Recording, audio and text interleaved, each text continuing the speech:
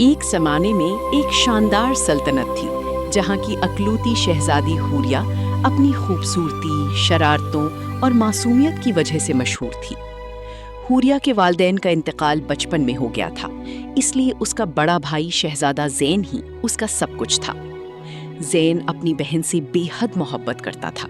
میری پیاری بہن، تم میری دنیا ہو۔ تمہاری خوشی ہی میری سب سے بڑی خوشی ہے۔ اور آپ دنیا کے سب سے اچھے بھائی ہیں۔ حوریہ کو گھڑ سواری، باغوں میں تتلیاں پکڑنا اور محل کے محافظوں کو تنگ کرنا بہت پسند تھا، مگر ایک چیز اسے بالکل پسند نہیں تھی: شادی۔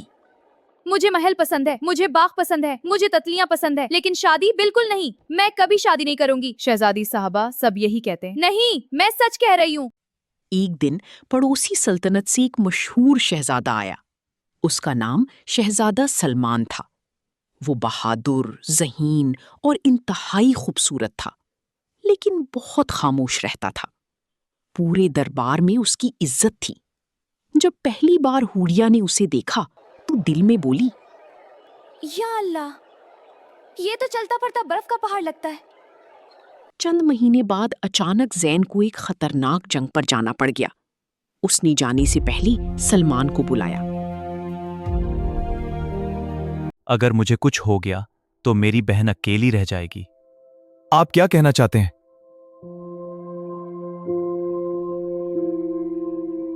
سلمان چونک گیا۔ میں چاہتا ہوں تم حوریہ سے نکاح کر لو۔ وہ تو مجھے دیکھنا بھی پسند نہیں کرتی۔ مگر زین کی ضد کے آگے وہ ہار گیا اور یوں سادگی سے نکاح ہو گیا۔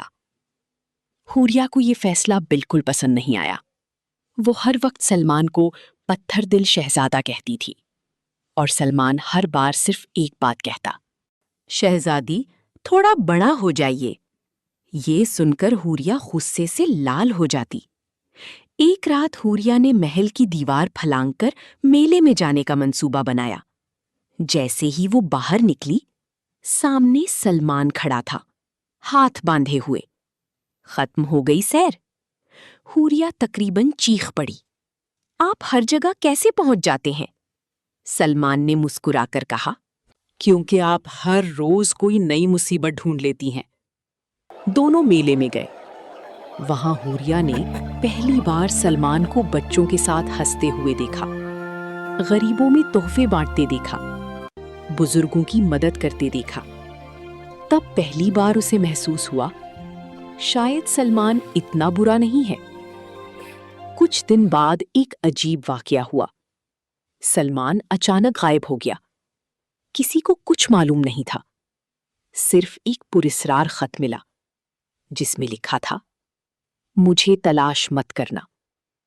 حوریہ کا دل ٹوٹ گیا۔ اب اسے احساس ہوا کہ وہ سلمان کی عادی ہو چکی تھی۔ وہ ہر رات محل کی چھت پر بیٹھ کر آسمان دیکھتی اور خاموشی سے روتی۔ ایک رات محل کے پرانے کتب خانے میں اسے ایک خفیہ نقشہ ملا۔ نقشے پر ایک خطرناک جنگل کا نشان بنا ہوا تھا۔ نیچے لکھا تھا، نقاب پوش قلعہ۔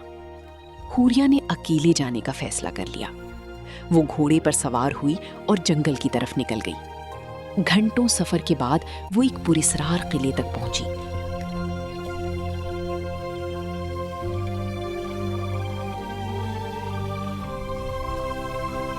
وہاں اس نے دیکھا درجنوں سپاہی قید تھے، اور ان سب کے درمیان سلمان زنجیروں میں جکڑا ہوا تھا۔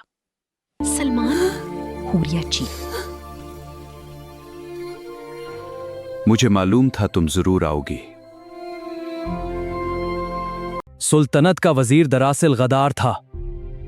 اس نے مجھے اغوا کر لیا تھا تاکہ زین کی غیر موجودگی میں سلطنت پر قبضہ کر سکے۔